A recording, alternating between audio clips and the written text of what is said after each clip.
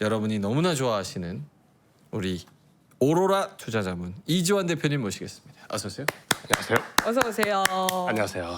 제 말이 맞죠? 여기 오실 때는 딱 이렇게 그렇죠. 신경 써서. 저녁 때이기 때문에 예.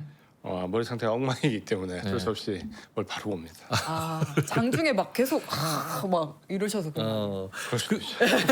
근데 대표님 좋아하시는 분들은 어디 가야 대표님 볼 수 있냐는 그 질문을 되게 많이 하시더라고요. 저희가 유튜브가 있거든요. 경제창이라고. 근데 이제 일주일에 한 번밖에 방송을 안 해서 자주 하지는 않습니다. 일주일에 한 번 경제창이라고 유튜브에 보시면 제가 좀 독서를 많이 하죠. 시장에 대한 심리적인 부분. 사실은 어떤 이제 뭐 알고 싶은 지식적인 부분 많잖아요. 근데 지식을 전달해 주는 데는 많아서 굳이 저까지 뭐 지식을 전달할 건 아닐 것 같고 그냥 경험을 좀 공유하면서 제가 이렇게 해보니까 실패를 해서 이렇게 하니까 좀 나아지더라 이런 부분에 대해서 공감을 많이 드리려고 합니다. 경제의 창 위라는 제목이에요. 경제의 창위. 왜 일주일에 한 번밖에 저 방송 안 하세요? 원하시는 분들 너무 많은데? 게을러서 그렇죠. 사실은 사실은 이제 그 기본 잡이 너무 많으니까 하고 이제 따로 이렇게 하려고 하니까 쉽지가 않더라고요. 그래서 대단하세요. 이렇게 방송하시는 분들 보시면. 저희는 이게 본업이라서. 저희 이게 기본 잡입니다. 예. 저희는 진짜 노동자라서. 예. 알겠습니다. 우리 대프콘성님 상승비 들기. 자, 오늘은 우리 이지환 대표님 주로 어떤 내용을 좀 말씀을 해주시면 좋을까요?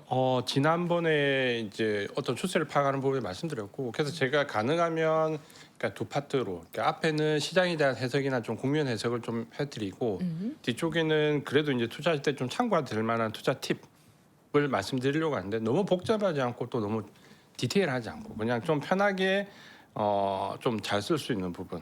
그래서 오늘은 지난번 국면 파악을 해서 역시 이제 국면 파악을 조금 편하게 할 수 있는 방법 이런 걸 좀 말씀드리려고 합니다. 네. 국면 파악. 국면 파악이라고 하면은 현재가 뭐 빠지는 구간인지. 그렇죠. 지금 이제 어디를 보고 발을 뻗어야 되는지 여기가 주식을 살 수 있는 구간이니까 좀 기다려야 되나, 조심해야 되나 이제 이런 거를 좀 파악하는 건데 지난번에 이제 잠시 이제 기초 부분을 말씀을 좀 드렸고 아마 이제 3%를 오래 보신 분들은 그런 기초 분석에 대한 그 난이도를 좀 많이 높여서 생각하실 수도 있는데 이제 여기는 그런 시간은 아니니까 좀 편하고 가볍고 좀 중요하다 판단되는 부분에 대해서 좀 써먹을 수 있는 것. 근데 보통은 이제 우리가 어쨌든 주식을 움직이는 거는 몇 가지 요인이 있잖아요. 펀더멘탈, 실적이라고 하는 펀더멘탈이 있을 거고 또 여기에 모멘텀이 있을 거고 또 수급적인 부분이 있을 거고 그러니까 이런 부분들을 객관적으로 평가하는데 사실 개인 투자자분들이 이거를 평가하기가 쉽지가 않아요. 뭐 전문적인 투자자라면 이 자료를 어디서 구해서 얻겠지만 그러면 뭔가 시장을 좀 객관적으로 평가하고 싶은데 사실 이제 그러지 못하니까 방송이나 언론이나 다른 부분을 많이 접하다 보니까 정보가 너무 많죠. 그러다 보니까 이제 왔다 갔다 하는 심정. 근데 거기서 본인이 어떤 주관을 가지려고 하면 기술적 분석 좀 도움 됩니다. 그러니까 제가 볼 때 이거를 지난번 말씀드렸지만 진입과 청산을 아주 예리하게 잘 찾아야죠. 아주 저점에 진입하고 아주 고점에 청산해야지. 이런 거 찾으면 사실 방법이 없거든요. 이거는 뭐 10년, 20년을 찾아도 방법이 없기 때문에 무용론이고 대신에 내가 여기서 어느 정도 국면을 좀 파악하고 덤벼신다면 좀 도움이 되는데 제가 이런 얘기는 좀 뒤쪽에 드리려고 했는데 요즘에 이걸 많이 주제로 갖고 오는 이유가 변동성이 너무 크니까 뭔가 중심을 좀 객관적인 부분을 보지 않으면 견디기 어렵거든요. 그러니까 뭐 아무리 우리가 나와서 여기 이거는 눌림목이니까 견디셔야 돼요 해도 하루에 10% 빠지기 때문에 뭔가 주관이 없으면 쉽지 않죠. 그래서 조금 객관적인 부분 참고를 하자라는 거고 사실 개인 투자자분들이 쓸 수 있는 카드가 그렇게 많지 않잖아요. 근데 어쨌든 이런 부분은 좀 객관적인 평가가 가능하니까 그런 부분을 조금 참고해 보시면 좋을 것 같다. 그래서 오늘도 어렵지 않게 지난번에 거래량 말씀드렸는데 이동평균선. 사실 제가 이동평균선까지는 가끔씩 봅니다. 근데 뭐 저는 보조지표는 전혀 트레이딩할 때 참고를 하지 않거든요. 근데 이제 초보인 분들은 참고를 하시는 게 좋죠. 국면 파악을 좀 하시는 게 좋기 때문에 오늘은 가장 간편하게 이동평균선을 하는 법. 그리고 우리 개인 투자자분들이 좋아하는 딱 금의 패턴이 있거든요. 차트를 보는 그 패턴이 있고 이런 패턴 좋아하고 이동평균선 딱 하면 제일 좋아하는 그거거든요. 지지 저항. 5일선 지지 맞냐, 11선 지지 맞냐, 21선 지지 맞냐 이거 굉장히 좋아하거든요. 맞아요. 역으로 펀드 매니저들은 물량은 많은데 넘기기 어려울 때 2불로 이동평균선에서 많이 넘깁니다. 왜냐하면 이동평균 다이면 개인들은 사거든요. 네. 그러니까 오늘 그런 얘기 들려고 하는 건 아니고 네. 어떤 국면이면 여기는 좀 매매를 해도 되겠다. 여기는 좀 참아야 되겠다. 여기는 좀 조심해야 되겠다. 그런 부분 참고하시면 좋을 것 약간 조금 진짜 줄이니 그냥 멍청한 질문 하나 드려도 돼요?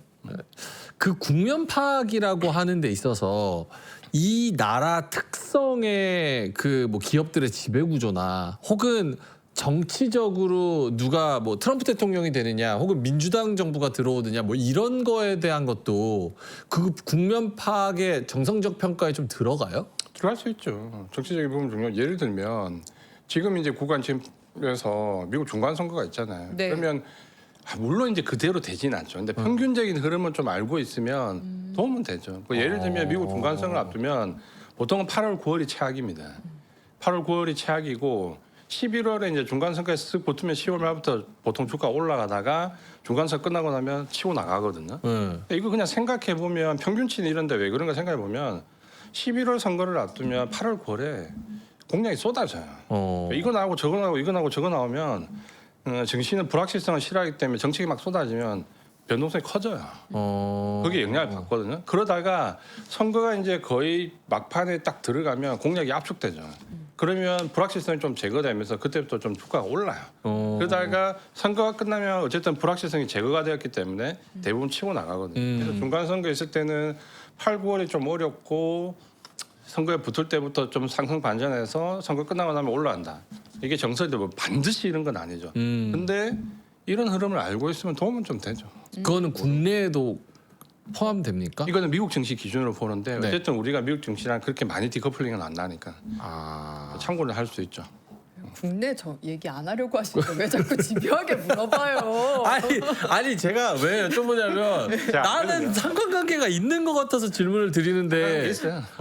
아니 정치 얘기를 하면 이 채팅창에서 이제 좀 싫어하시는 분들이 계셔서 이 시장에 영향이 있을 것 같은데 저는 이제 국면 파악한다고 하면 이제 좌민준부터 시작해서 막 무슨 뭐 여러 가지 이야기들이 올라오니까 예. 내가 착각하는 건가 해가지고 여쭤봤어요. 왜냐하면 예. 경제 특히 증시에서는 정치와 관련된 부분 좋아하지 않잖아요. 왜냐하면 어쨌든 정치는 펀더멘탈 아니고 모멘텀인데 우리가 흔히 얘기하는 테마주에서 거래를 하다 보면 테마주는 그냥 단순하게 보면 이분법이거든요. 실체가 있는 것과 실체가 없는 것.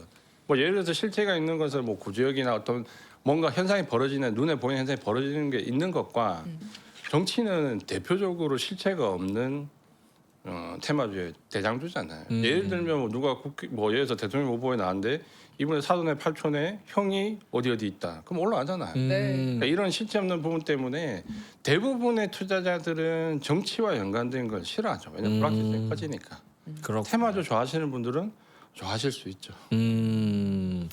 알겠습니다. 자 그러면 준비하신 자료 출발해 볼까요? 네. 자, 일단은 먼저 이제 시장 얘기를 조금 드려야 될 것 같고 네.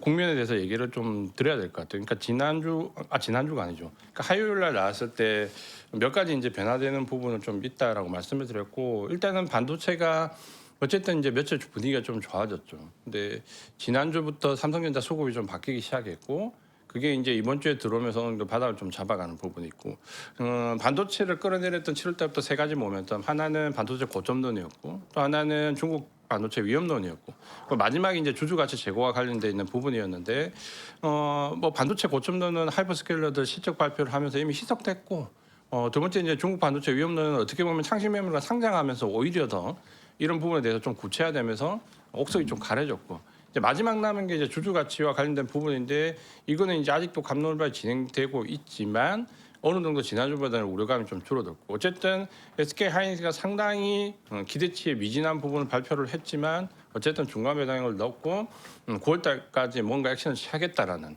의지 표명을 했기 때문에 이게 약간 이제 좀 어떻게 보면 좀 완화되었죠. 그러면 반도체를 위협할 수 있었던 세 가지 모멘텀이 그래도 어느 정도 수면 아래로 다 내려왔거든요. 네. 그러다 보니까 뭔가 여건이 됐다.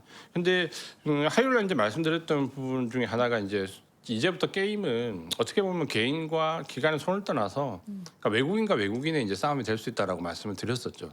지난번에 나왔을 때 그거는 그동안 하방 쪽으로 눌렀던 외국인 매도 물량을 누구나 이제 다 알고 계시는 명백하게 패시브 자금들이 오버됐던 부분을 리밸런싱하는 거. 이제 여기도 저도 이제 여기는 약간 미스가 있었는데 6월 말 기점으로 하면 상당 부분은 제가 생각할 때는 많이 줄어들 거라 생각했는데 줄어들긴 줄어들지만 여전히 그 부분이 있다라는 것과 여기에 편성돼서 단기 해지 펀드들이 파생 상품에 연관돼서 조금 더 밑으로 좀 끌어내렸던 부분. 이게 이제 외국인들의 매도 쪽이라고 하면 네. 이 정도 떨어졌으면 이제 중장기 자금이 유입될 수 있는 여건이다. 그래서 결국 중장기 자금이 이제 들어올 가능성이 높고 그래서 이제 항상 그 증시기업원의 개인은 헤지 펀드에 죽고 헤지 펀드는 중장기 펀드에 죽는다라고 지난번에 말씀을 드렸죠. 근데 이제 가시적인 부분이 이제 아직 확정된 건 아니지만 어쨌든 싱가포르의 테마섹이라는 구펀드가 삼성전자에 관심이 있다라는 거고 이게 뭐 뉴스가 왔다 갔다 하는데 제가 볼 때 살 것 같아. 그래요. 왜냐하면 이제 테마섹이 그동안 그래왔던 내역을 좀 짚어보니까 이쪽은 AI에 대해서 이미 편입하기로 마음을 먹었던 것 같고 반도체를 제외하고 하이퍼스케일러부터 이미 AI 모멘텀을 받는 섹터들을 매집을 많이 했더라고요. 그럼 아마 반도체가 여기 들어가야 구색이 맞거든요. 그러니까 구색은 맞출 것 같고 그러면 삼성전자 매입을 제가 봤을 때 할 것 같고 그러면 싱가포르 테마섹은 싱가포르 재무부가 뭐 가지고 있는 국부 펀드인데 아주 롱텀한 펀드는 아닙니다. 그러니까 우리가 보통 롱텀이라고 하면 우리하고 그 단위가 달라요.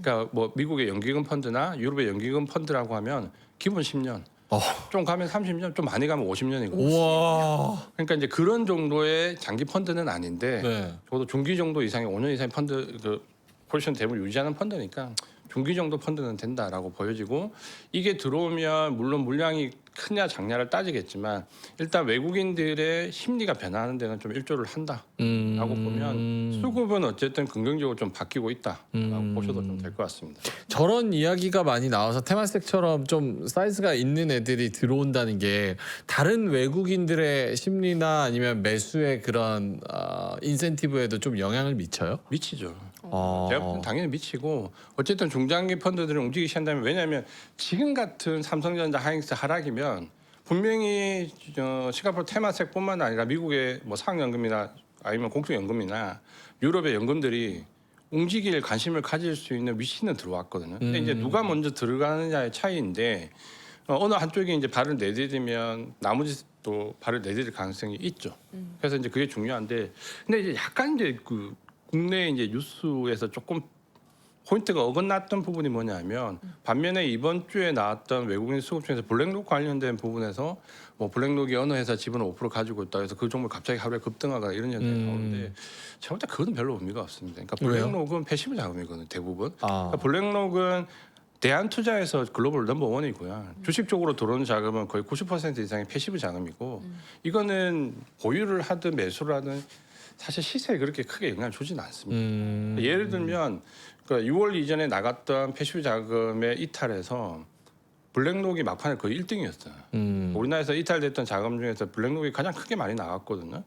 특히 그 이번 반도체 같은 경우는 제가 봤을 때 아마 내려치는 헤지 펀드는 아니지만 블랙록이 상당 부분 저는 매도했다고 보거든요. 왜냐하면 블랙록이 뭐 미국 쪽에 뭐 SK 하이닉스 상장이라든지 이런 부분에 대해서 분명히 대응을 하겠다라고 공표를 했기 때문에 아마도 여기서 상당 부분 빠져나가서 어쨌든 미국 쪽으로 유입됐을 거는 보입니다. 그래서 6월 말 막판에 패시브 자금들이 그 쏟아진 게 그게 다 했을 때 마지막 주 그러니까 그 앞까지 제가 다 확인 안 해봤지만 마지막 몇 주간은 블랙록이 계속 매도 1위였어요. 그러니까 그걸 본다면 뭐 블랙록이 지금 5% 지분을 가지고 있다고 해서 하루 이틀 급등하는데 쫓아 들어가면 패시브 자금이기 때문에 큰 영향이 없거든요. 이런 거는 좀 구분할 필요가 있습니다. 그 선생님 오시니까 이런 거를 좀 여쭤볼게요. 그 어제도 사실 그 테마섹 관련돼서 기사를 뭐 읽으면서 이야기를 하긴 했는데 저는 이제 그런 얘기 했었거든요. 이제 아시아 경제에서 이런 중요한 뉴스를 단독으로 때린다는 게 조금 약간 뭐 이거 투자자 입장에서 뭐 거기 그 단체를 평가하는 건 아니지만 이거를 그럴 수 있을까? 약간 이런 생각을 좀 했었는데 이게 맞다 아니다 막 이렇게 뭐 얘기가 나오는 것 같아요. 근데 베리나이스님께서도 매수한지 모르게 매집해서 고점에 팔고 튀어야 되는데 이게 동네방네 다 소문내고 들어오겠다는 게 이해가 안 가는 상황이긴 하다라고 하시네요. 왜냐하면 이제 이건 앞서 말씀드렸죠. 얘들은 몇 주 몇 달 있다 당한 자금이 아니에요. 아 기본은 5년에 기본. 아까 말씀드린 대로 좀 중기다 하면 10년이고요. 좀 장기다 하면 30년이에요. 그러니까 그러니까 그런 자금들이 유입될 때 단기에 급변동하는 거 그렇게 크게 개의치 않거든요. 그래서 뭐 이걸 맞냐 안 맞냐는 이제 조금 더 확인해보고 사실 이제 말씀하신 것처럼 저도 경제 뉴스에서는 단독 보도든 신중하게 보거든요. 네. 그래서 신중하게 보는데 이제 이런 얘기가 나온다는 자체가 어쨌든 중장기 자금이 우리나라 반도체에 대해서 관심을 가질 만한 가격까지 떨어졌다라는 거는 이미 맞는 것 같고 그러면 여기가 아니더라도 이런 얘기가 나온다라고 하면 어느 정도 이제 외국인 자금이 들어올 수 있는데 최근에 며칠 동안 보면 코피 시장에서 외국인 자금이 일부 들어오잖아요. 근데 그게 일부는 물론 쇼커버가 있다라고 봅니다. 일부는 쇼커버가 있을 거고. 네. 그다음에 이제 오늘 또 삼성전자 그 장 막판에 수급이 급변동해서 또 걱정하시는 분들 많을 건데. 맞아요. 그거는 제가 볼 때는 옵션 만기 영향으로 보이거든요. 오늘 옵션 만기일이거든요. 옵션 만기이기 때문에 프로그램과 연관된 물량이지 않을까라고 싶고 저는 그게 이제 내일 오전에 나올 줄 알았는데 장 막판에 많이 쏟아졌기 때문에 그래서 오히려 내일은 뺐다가 좀 더 좋은 흐름이 나오지 않을까. 그러니까 초반에 좀 뺐다가 오히려 상승하는 흐름이 나오지 않을까. 그러니까 오늘 나왔던 그 매도가 저는 내일 오전에 나올 거라 봤거든요. 그래서 아마 그건 크게 걱정 안 하셔도 될 겁니다. 네. 너무 마음이 안심되는. 그러니까요. 네, 그런 내용입니다. 알겠습니다. 이동평균선 쪽으로 가볼까요? 네.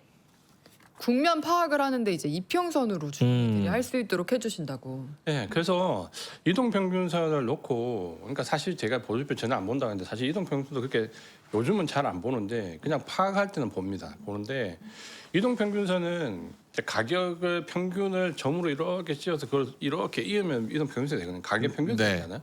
특정 기간 동안의 평균 가격, 뭐 20일 이동 평균선이면 20일 동안의 가격 평균을 이렇게 이은 선인데, 그러니까 보통 이제 이동 평균선은 사실 매매의 도구로 쓰기로 적합하지는 않습니다. 그러니까 이 자체가 호행성이고 평균의 개념이 들어가는 보조지표들은 굉장히 호행성이거든요. 그래서 이걸 매매로 쓰려고 하면 상당히 뒷북을 칠 확률이 높죠. 그래서 이런 이동 평균선을 조금 더 앞당겨서 쓸 수 없을까 해서 나온 신호가 이제 MACD 신호거든요. 그러니까 예를 들어서 이동 평균선이 교차할 때 뭔가 시그널을 쓰면 상당히 좋을 것 같은데 너무 늦으니까 교차하기 전에 이미 구부러지면은 진입을 하자라는 신호가 MACD 신호거든요. 그러니까 우리가 초세에서는 이 MACD 신호가 글로벌하게 딱 그냥 무식하게 딱 100년 미국 증시처럼 막 100년 이렇게 딱 해서 어느 지표가 가장 수익이 좋을까 딱 돌리면 거의 MACD 신호가 1이거든요. 그래서 MACD 신호가 어떤 날은 두 자리 숫자도 나옵니다. 그래서 그게 1인데 이건 이제 바뀌지 않는 절대적 1이거든요. 그러니까 뭔가 추세와 관련된 부분에서는 평균의 역할을 한다라고 보면 이동 평균선이나 MACD 신호를 참고할 만하죠. 근데 사실 이제 우리나라에서는 이게 안 통했거든요. 그래서 우리나라가 몇 개 안 되는 변동성 지표가 수익이 좋은 나라 중에 하나였는데 아마 이게 이번에 이제 그 구천선 올라오면서 좀 바뀔 것 같고 이런 평균 개념을 쓰면 나쁘지 않을 것 같습니다. 그래서 이동 평균선은 가장 기본적인 지표입니다. 그래서 어떻게 보면 캔들이나 거래량과 함께 이동 평균선은 거의 이제 주지표처럼 세팅을 많이 하고 있죠. 그래서 대부분의 평균과 관련돼 있는 지표들은 이동 평균선에서 파생된 게 많습니다.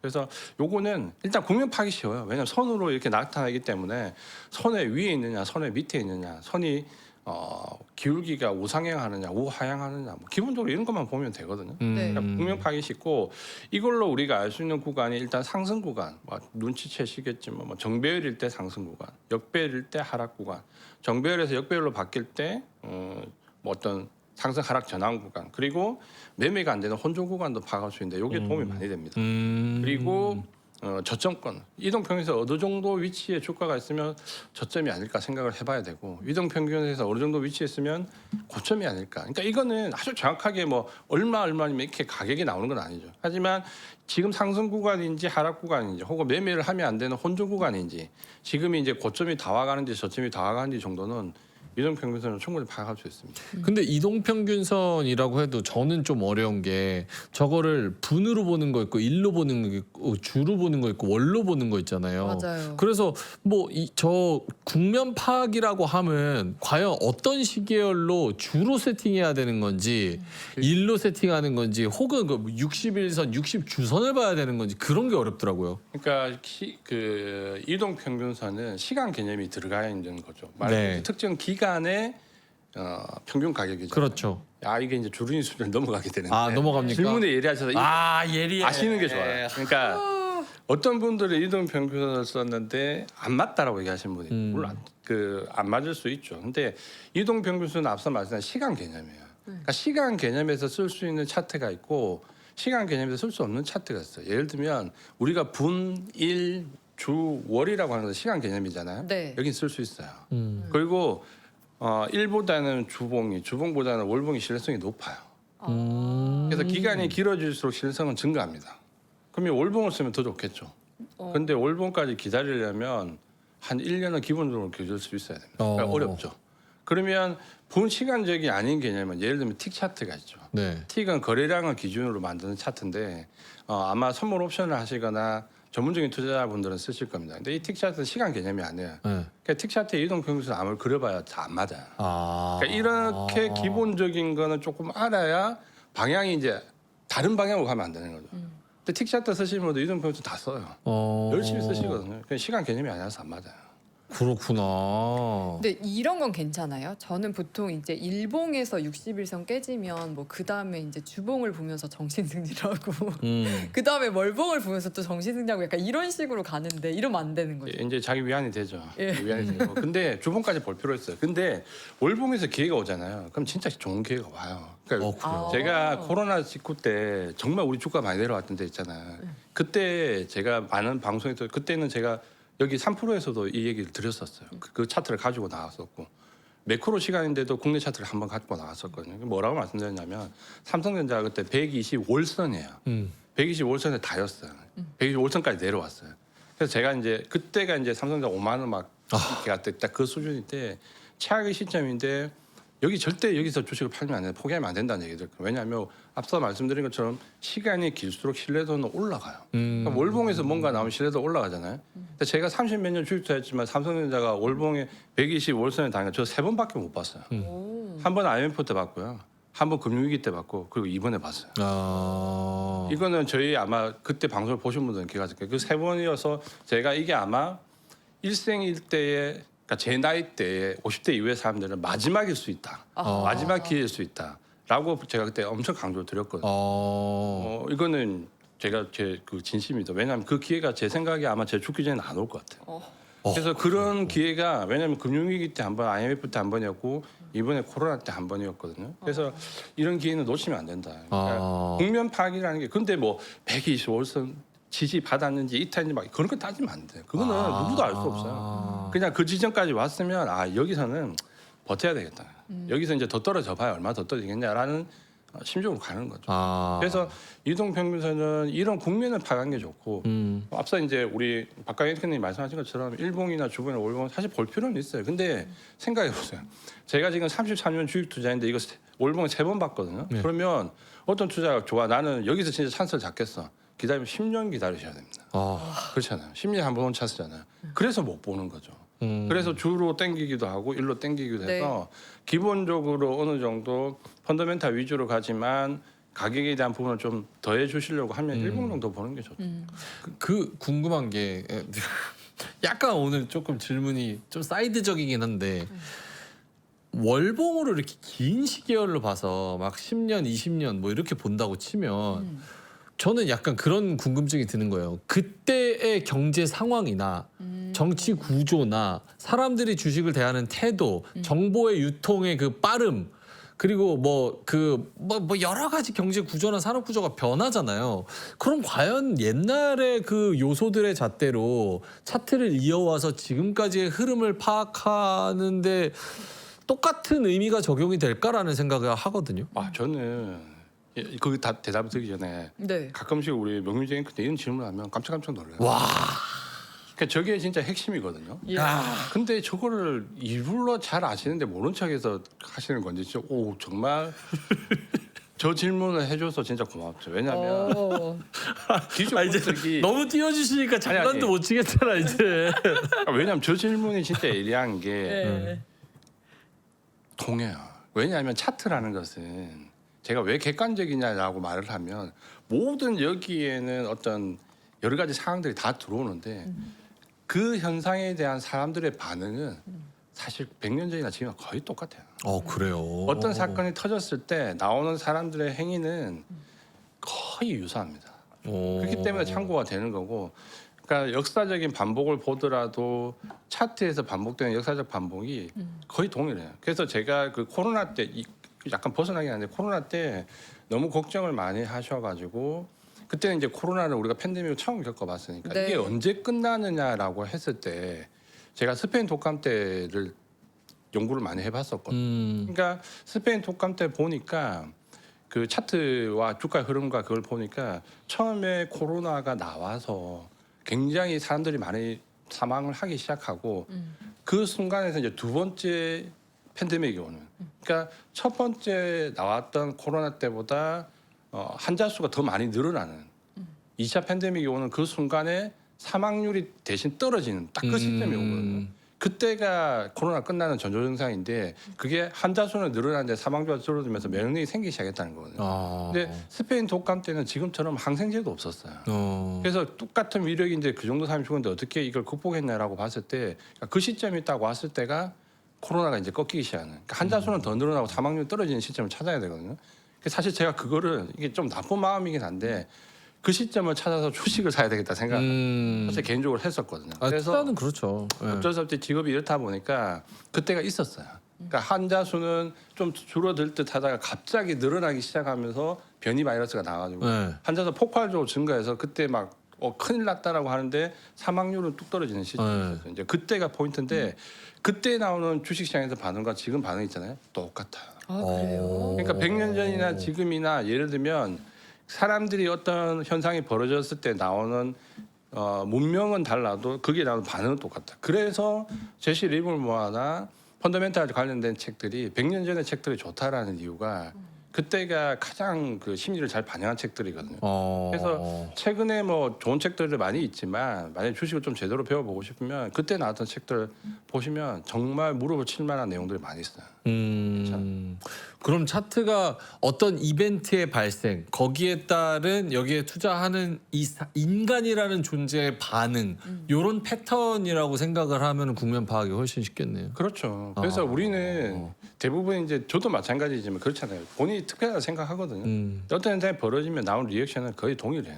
그러니까 어떤 현상이 나올 때 어느 정도까지 사람이 견디느냐 뭐 하느냐. 그러니까 헤지 펀드들이 잘 하는 게 그런 거죠. 그러니까 그런 부분에 대해서 그러니까 개인 투자자분들 제일 많은 게 내가 손절하고 나니까 딱 올라가더라. 네. 그러니까 그런 경우가 왜냐하면 본인만 그런 게 아니라 견딜 수 있는 퍼센티지 거의 비슷해요. 비슷하기 때문에 거기까지 해서 조금만 더 내려면 다 손절이 나오는 거죠. 건질 수 있는 레인지를 넘어가 버리면. 그러니까 그거는 대부분 다 비슷한 거고 그래서 최근에는 이런 심리적인 부분에 대한 책을 좀 보시는 게 도움이 되고 그래서 외국계 증권회사에 처음 들어가면 그 심리와 관련된 그 책을 많이 읽으라고 얘기를 조언을 많이 해줘요. 예를 들면 포커와 관련된 책, 우리는 포커가 도박이라 생각하지만 거기는 게임이라 생각하거든요. 거기에 관련된 심리 책들을 신입사원 때 많이 그 읽으라고 강요합니다. 근데 역으로 생각하면은 네. 이렇게 주식시장에서 당해도 약간 인간이 학습이 안 되고 있는 거네요. 계속 똑같이 반복이 어쩔 되고 수 없어요. 있다. 본능이고 예. 돈에 대한 욕심은 사람이네. 똑같고 네. 어차피 두 가지 감정이잖아요. 그러니까 제가 이 주린이 구두대 나서 하고 싶은 얘기는 좀 단순하고 좀 합리적으로 기본적으로 생각하면 되거든요. 네. 어차피 반응은 이익에 대한 부분이 탐욕이고 손실에 대한 두려움 두 가지밖에 없거든요. 네. 탐욕과 두려움이잖아요. 주가가 올라가는 것도 아무리 분석을 어렵게 하셔도 주가가 올라가는 건 딱 두 가지밖에 없어요. 하나는 얘가 앞으로 좀 더 잘 될 것 같은 기업. 지금 100원 버는데 앞으로 200원 벌 것 같아. 그래서 삼성전자 하이닉스처럼 이익이 늘어나는 기업을 찾으려는 거잖아요. 얘가 더 잘 될 것 같은 기업은 모멘텀을 쫓아가는 거고. 그럼 얘가 100원인데 지금 50원밖에 안 해. 그러니까 싼 기업, 가치가 떨어져 있는 기업을 찾거나 돈을 더 벌 것 같은 기업을 찾거나 두 가지 중에 하나거든요. 그래서 펀더멘탈을 쫓아가냐 모멘텀을 쫓아가느냐는 그냥 그 두 가지에 따라서 방향이 나오는 거죠. 그러니까 단순화시키고 방향만 맞춰서 가면 되는데 그러니까 앞서 말씀드린 것처럼 이게 어느 정도 우리가 주식 투자에 대해서 공부를 할 수 있는 체계가 잡혀 있지 않다 보니까 예를 들면 앞서 우리 질문하신 것처럼 시간적인 개념에서 이동평균선을 써야 되는데 시간적인 개념이 아닌 차트에서 이걸 다 쓰시는 걸 그러니까 오르라는 걸 모르는 거죠. 그러니까 어떻게 보면 교과서적인 기본을 정리한 책이 없다 보니까 거기서 시간을 저 같은 경우는 많이 허비했어요. 누가 좀 이거는 이 방향으로 가야 되라고 말을 좀 해줬으면 좀 빨리 갈 수 있을 건데 이제 계속 없으니까 엄한 길을 가다가 계속 돌아가는 거죠. 네, 그러면은 저희 이평선 얘기로 다시 돌아가 볼게요. 네. 그 정배열, 역배열, 혼조 구간 얘기도 해주신다고요. 네. 그래서 지금 보면 이동평균선은 저는 이제 단순해요. 이게 매매가 아니기 때문에 그냥 공면을 파악하려고 하면 딱 세 개만 놓으시면 됩니다. 20일 이동평균선 단기, 60일 이동평균선 중기, 120일 이동평균선 장기. 그러니까 이 세 가지만 놓으면 되거든요. 그래서 단기와 중기와 장기의 관계를 잘 보시면 됩니다. 그래서 이걸 보고 평가를 하시고 아주 단순하게 예를 들어서 상승 구간이라면 이동평균선 정배열이 되어 있다면 위에서부터 단기, 중기, 장기로 있으면 돼요. 아, 20일, 정배열이 단기가 맨 위, 중기가 가운데, 장기가 아래. 네, 그래서 20일, 60일, 120일 이렇게 있으면 정배열. 이동평균선이 정배열이 되어 있다라는 것은 상승 구간이다. 이건 다 알고 계시는 내용이죠. 그리고 단기 이동평균선이 장기 이동평균선을 치고 나가면 상승 구간으로 전환된다. 이런 정도로만 기본적으로 알고 계시면 됩니다. 그럼 정배열은 무조건 좋은 거예요? 이제 뒤쪽에 이 질문이 너무 예리해가지고 뒤쪽에 나옵니다. 두 분? 뒤쪽에 나옵니다. 서로 사랑. 아니 이거 미리 보고 미리 보고 둘이 오시는 뭐 거 아니에요? 하니? 너무 두 분이. 아, 너무 웃겨. 왜냐하면 이런 질문을 진짜 잘 안 하시거든요. 보고 오신 거. 알겠다, 이제. 그 질문을 못 잠시- 하겠어. 잠시 뒤쪽에. 예. 그럼 역배열은 반대예요. 120일선 장기가 제일 위에 있죠. 그리고 60일, 20일. 그러면 이거 주가가 지금 하락하고 있구나.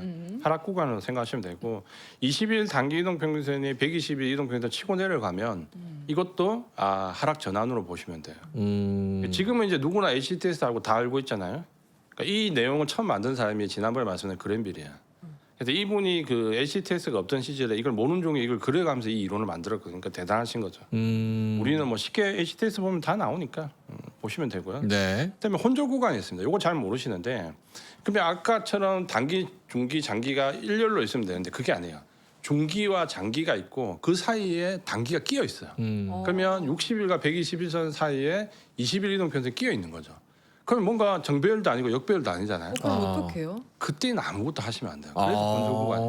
그러니까 뭔가 기술적 분석을 하시면서 진입가 청산을 찾으려고 하는 뭔가 하려고 하니까 잘 안 맞는데 예를 들어서 이런 구간에서 단기동 평균선이 중기 장에 끼어 있다라고 해서 이건 혼조 구간이다라고 하면 매매를 안 하시는 구간이라고 생각하시면 되거든요. 그럼 이런 구간을 필터링해서 제외만 시켜도 계좌가 좀 빨리 불어납니다. 왜냐하면 마이너스가 줄어들기 때문에. 그래서 단기 이동 평균선과 장기 이동 평균선 사이에 중기 이동 평균선이 끼어 있으면 이거는 혼조 구간이니까 좀 참죠. 여기는 이 단기 이동 평균선이 위로 갈지 아래로 갈지 모르기 때문에 이때는 매매를 하지 말고 좀 기다리자. 이렇게 생각하시면 됩니다. 네. 그 다음에 이제 저점권이 있는데 저점권은 계속 하락하던 종목이 어느 정도 상승으로 전환돼야 되잖아요. 이건 눌림목이 아니라 어느 정도 추세를 전환시키려고 하면 이게 이제 앞서 우리 명민 앵커님이 말씀하신 거 반대야. 그러니까 저점을 잡을 때는 보통 그러니까 눌림목이 아니고 진짜 많이 내려오는 추세적인 하락인 경우는 역배열에서 오히려 저점이 나오는 거죠. 아까 역배열은 하락 구간이라고 했잖아요. 그러면 저점은 하락 구간에서 나옵니다. 이게 상당히 도움되는 게 좀 많이 내려가는 주식이 아직 그 추세적으로 전환되는데 역배열이 아닌 경우는 좀 더 내려가겠구나라고 생각할 수 있어요. 그러니까 이걸 하려고 하는 방법은 그러면 어느 정도 역배열 구간까지 안 들어갔다라고 하면 이거 어쩌면 한 단 더 하락하겠구나라고 마음속에 이제 마음을 먹고 있어야 되는 거예요. 그리고 역배열인 상황에서 아까 말씀드린 121선하고 주가하고 간격이 너무 벌어져 있으면 역배열인 상황에서 너무 벌어지면 그때 이제 저점이 많이 나와요.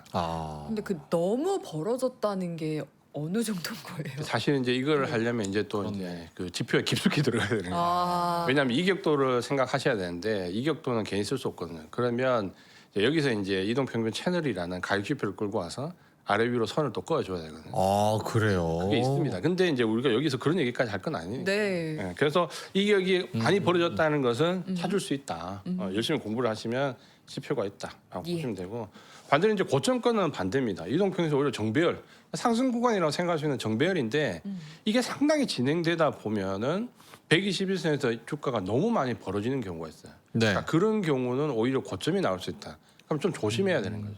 그러니까 상승 구간이라서 정배열 상황에서 좋게 가고 있는데 120선에서 너무 멀어지면 이거 조금 큰일 날 수 있겠다라는 생각을 가지시는 게 좋습니다. 하이닉스 차트를 한번 보면 이해가 좀 빠르실 것 같은데 네. 한번 볼게요. 그러니까 지금 상승하는 거에서 하이닉스 차트인데요. 지금 보시는 것처럼 어느 정도 주가가 형성되고 난 뒤에 이 위쪽에서 보면 이 파란 선이 121선이고요. 녹색 선이 60일선입니다. 네. 그리고 21선 빨간색이 21선이거든요. 그러니까 단기, 중기, 장기가 잘 배열이 맞죠. 네. 근데 여기 121선에서 너무 멀어져 있으면 주가는 좀 조정 받을 수 있어요. 아. 그러니까 이런 구간은 조심을 해야 되고 받을 수 있는 거예요? 아니면은 받을 확률이 높다는 거예요? 아니면 무조건 결국은 언젠간 수렴하게 됩니까? 그렇게 하면 받을 수 있다라고 가야죠. 여기 확률 100%가 어디 있어요? 아. 그러니까 기술적 분석으로 뭔가 정확한 지점을 찾으려고 하면 실패야. 아, 그럼 이런 경우는 예를 들어서 추격을 하지 않는다든지, 네. 혹은 비중을 조금 줄인다든지, 그러니까 이런 관점으로 가는 거지. 네. 그냥 바뀌는 걸로 생각해서는 안 되는 거죠. 네. 그래서 이렇게 보시는 게 좀 좋고, 삼성전자 차트를 우리가 가지고 조금만 보면 약간, 왜냐하면 삼성전자가 외국인들 입장에서는 가장 즐겨 볼 수 있는 차트거든요. 삼성전자도 역시 마찬가지지만 파란선에서 너무 멀어지면 이게 벌어지면 좀 내려올 수 있다라고 좀 보셔야 되는 게 맞고, 이전에 이제 삼성전자 차트를 잠깐 보시면 이게 이제 월봉이거든요. 월봉. 굉장히 이제 큰 차트죠. 네. 보시면 이 파란 선이 아마 121선일 것 같은데, 요건 제가 세팅을 하지 않아서 아마 같은데, 이 파란 선에 닿았을 때가 여기거든요. 여기 이제 코로나 때 한번 닿았고, 코로나 때 한번 닿았고요. 그 다음에 이제 여기 닿았던 데 여기 있죠. 이 보시면 그러네. 이때가 금융위기 때입니다. 금융위기 때고요.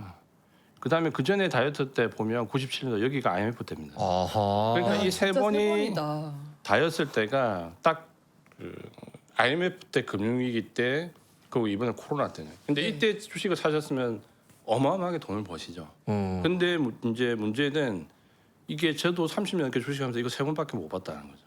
그러니까 이렇게 국면을 좀 보시는 게 도움이 좀 되죠. 그래서 그때도 제가 이렇게 삼포팁에서 뭐라 했냐면 여기서 주식 파시면 안 된다고. 이거 그때 진짜 똑같이 말씀드렸어요. 뭐냐면 제가 이거 일생에 두 번밖에 못 봤다. IMF 때랑 금융위기 때 봤고 그때 주식 사셨으면 차악은 상황이지만 정말 큰 돈을 벌었다. 근데 이번에 코로나 때 여기에 닿였다. 여기에 왔다. 그러니까 여기서 주식을 파는 건 안 된다. 근데 고통스럽죠. 왜냐하면 월봉인데 지금 몇 달을 여기 있었잖아요. 그렇죠. 그러니까 쉽지는 않아요. 근데 팔지만 않고 보유만 하셔도 상당한 수익을 크게 거둘 수 있죠. 이렇게 이동 평균선을 좀 활용하시는 게 간편하게 활용하실 수 있고, 이동 평균선을 보면서 어디서 진입하고 지지 저항 받는지 이탈 받는지 이걸 생각하시면 굉장히 어려워지고 확률이 잘 안 맞습니다. 어떤 종목은 열심히 찾으셨는데 11선에서 지지받고, 어떤 선은 21선에서 지지받고, 어떤 종목은 60선에서 지지받고, 차이점이 뭐냐? 없어요.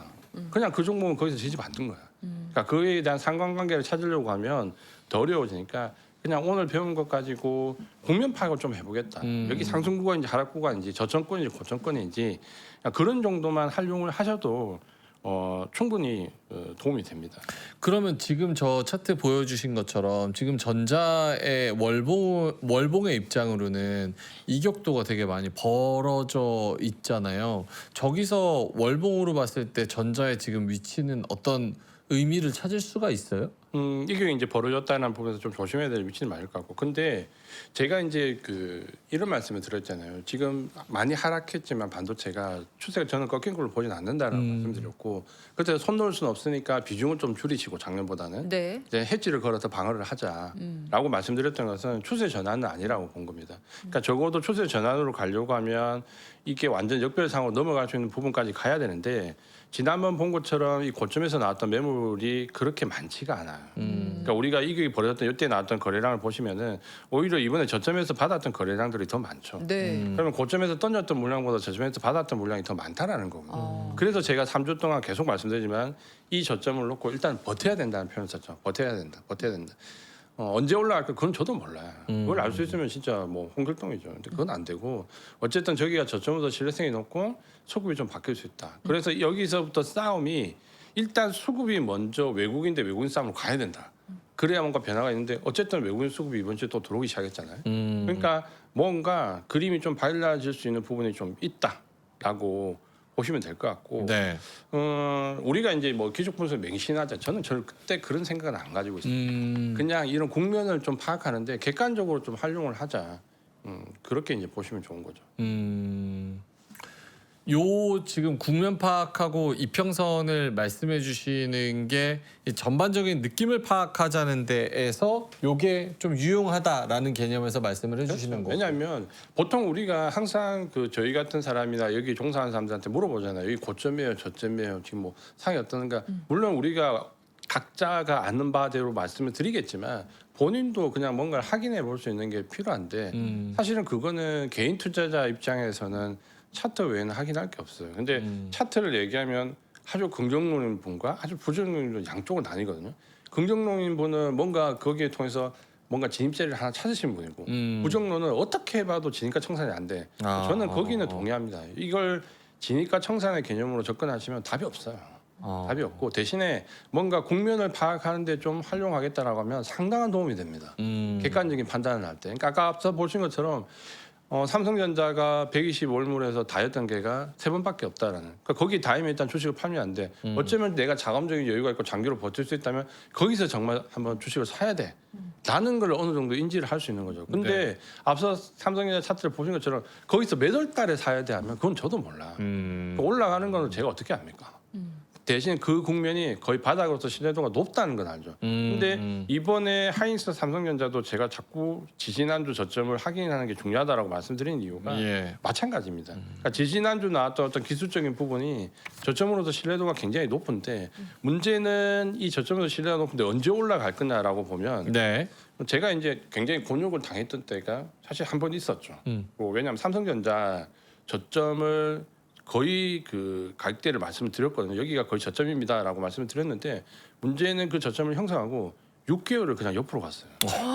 그렇지 여기잖아요.